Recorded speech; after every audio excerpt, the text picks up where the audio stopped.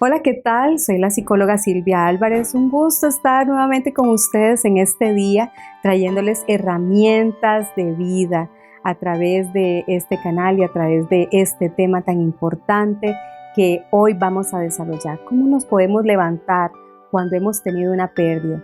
Las personas muchas veces me preguntan, es que ¿cómo hago para quitarme este dolor por la pérdida de un ser querido? ¿Cómo hago para superar este dolor? ¿Cómo hago para superar esta pérdida?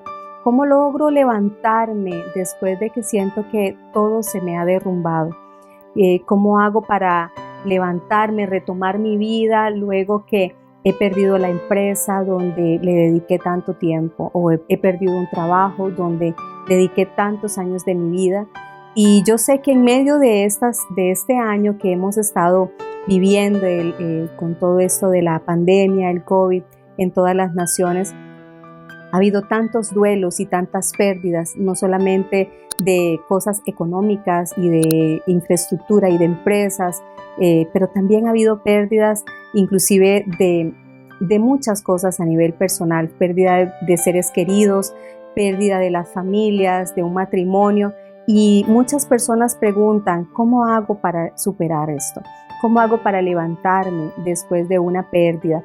Y es que una pérdida no solamente se refiere a un ser querido que ya no está, sino también pérdida es aquello que ya no tienes y que antes disfrutabas, ¿verdad? Aquello a lo que le diste todo tu tiempo, toda tu pasión y ya no cuentas con eso. Entonces, eso también es considerado una pérdida y empiezan los sentimientos de duelo, es esa tristeza profunda, es ese desánimo y una serie de características y de señales que acompañan al duelo, como también trastornos de alimentación, de sueño. Inclusive algunas personas viven etapas de tristeza muy profundas y también de depresiones, ¿verdad? A través de los duelos. Entonces, una de las cosas que yo siempre les digo a las personas cuando me preguntan eso, ¿cómo me levanto ante tanto dolor, ante tanta pérdida? Yo les digo, es importante, número uno, poder pasar por las etapas del duelo. Nosotros podemos encontrar este ciclo de las etapas del duelo con múltiples en verdad, información en las redes sociales. Y también hay muchos autores que tienen un poquito de diferencia entre el desarrollo de las etapas, pero en sí todas, sean 4 etapas, 5 etapas, todos tenemos que pasar por ellas para poder nosotros elaborar lo que nosotros los psicoterapeutas decimos la elaboración del duelo.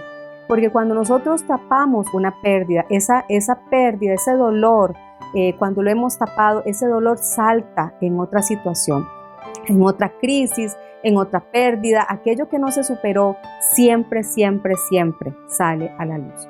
Por eso es importante, aunque muchos ¿verdad? Me digan, es que duele mucho, ya no sé cómo llorar, ya no tengo tantas lágrimas, yo no sé de dónde me salen. Es importante que pases por estas etapas del duelo. Te las voy a mencionar rápidamente. Una es la integración, ¿verdad?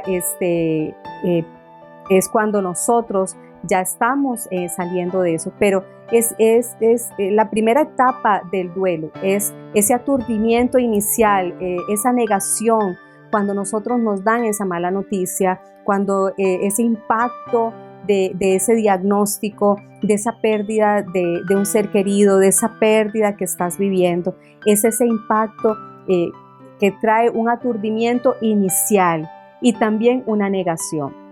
¿A qué me refiero con negación?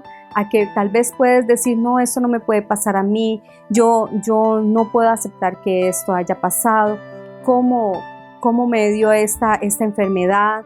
¿Cómo me despidieron a mí del trabajo? Esto no me está ocurriendo a mí. Entonces, a eso nos referimos con negación, que es tanto el aturdimiento, es tanto el shock, el impacto, que a la persona le cuesta muchísimo poder concientizar, integrar en sí misma lo que está pasando.